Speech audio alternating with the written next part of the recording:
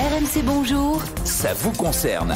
Il est 4h53, vous êtes sur RMC, soyez les bienvenus. Ça vous concerne tous les matins avec toi, Céline Dacosta. Oui. Votre rendez-vous conso, votre rendez-vous du quotidien. Ce matin, on parle des cartes de vœux qu'on envoie, surtout pendant les fêtes de fin d'année, et qui restent tendance, même face à la concurrence des messages numériques. Ouais. Qui autour de la table envoie des cartes? On en a parlé tout à l'heure rapidement. Toi, t'en envoies, Margot? C'est bien. J'adore ça. Ah bon, pour les autres, non. Hein.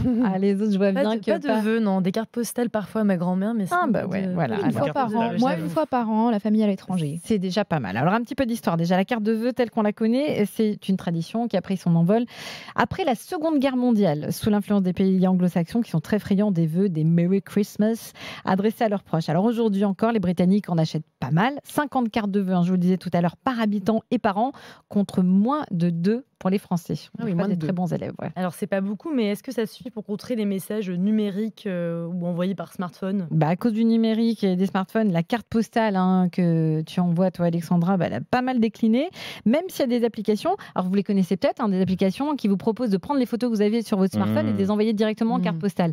Ça reste quand même sympa, je trouve, même si c'est pas écrit à la main, puisque votre message, vous l'avez... C'est Géraldine Demory qui en envoie beaucoup en version digitale. Je trouve ça sympa. Je trouve ça plutôt sympa. Ça continue à faire perdurer la carte postale. Mais les cartes de vœux, elles se maintiennent. On parle des vœux de fin d'année, mais il y a aussi les vœux pour les mariages, les anniversaires, les naissances ou même les condoléances. Ça continue à bien fonctionner. Ça en est vendu 69 millions en 2020, donc 40% de cartes de fin d'année. Et justement, dans ce contexte de crise sanitaire, c'est vrai que c'est un rituel qui fait du bien. Oui, la carte de vœux, on disait, c'est un message personnel, écrit à la main. On a pris le soin de choisir chacun des mots qu'on pose sur le papier. Parfois même, c'est les enfants qui les ont fabriqués. Un objet qu'on conserve, qu'on aime relire. Moi, j'ai une petite boîte avec les cartes qu'on m'a envoyées. Et on les ressort. Parfois, on ajoute une petite photo. Donc, c'est quand même autre chose. Et puis, le plaisir, ce que je disais, de recevoir du courrier, maintenant, franchement, même tout est dématérialisé.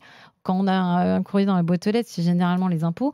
Donc, c'est vrai qu'une petite carte postale ou une carte de vœux, ça fait du bien. Et c'est vrai que depuis 2020, avec la distanciation sociale, la pandémie, ça a porté le marché de la carte de vœux. S'écrire pour être un peu réuni, ça fonctionne beaucoup mieux que n'importe quel message numérique écrit à la va-vite sur un clavier. Moi, je déteste recevoir les cartes avec les petits rennes avec vos têtes, machin, qui dansent. Enfin, moi, j'aime pas du tout.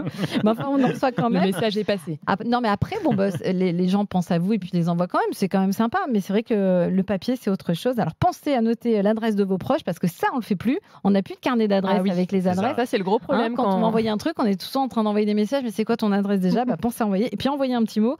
Parce qu'on a de la chance en France. On a un service de la Poste qui fonctionne plutôt pas mal, qui est assez performant. Donc, profitez-en. Oui, il faut le rappeler. Il est pas trop tard. Du coup, on salue tous les facteurs qui nous écoutent ce matin, qui œuvrent au bon déroulé de ces cartes de vœux, en fait, parce qu'honnêtement, t'en as partout. T'en as partout. Il y en a des super jolies. T'en as dans les librairies, d'ailleurs. Et d'ailleurs, justement, ils montent en gamme parce que comme les gens en achètent peu en France, ils font des cartes de plus en plus perfectionnées. Alors moi, avec la musique, machin, on aime, on n'aime pas. Mais tu sais, avec des pop-up, des trucs comme ça, t'en as des magnifiques. Quand tu loues, c'est vraiment. Il y en a même partout, il y a des confettis qui explosent. C'est génial. C'est marrant, Merci Céline. Est-ce que vous aussi vous envoyez des cartes? Est-ce que vous en recevez? Est-ce que c'est un incontournable du début d'année? Dites-nous tout au 32 16 ou sur l'appli Direct Studio.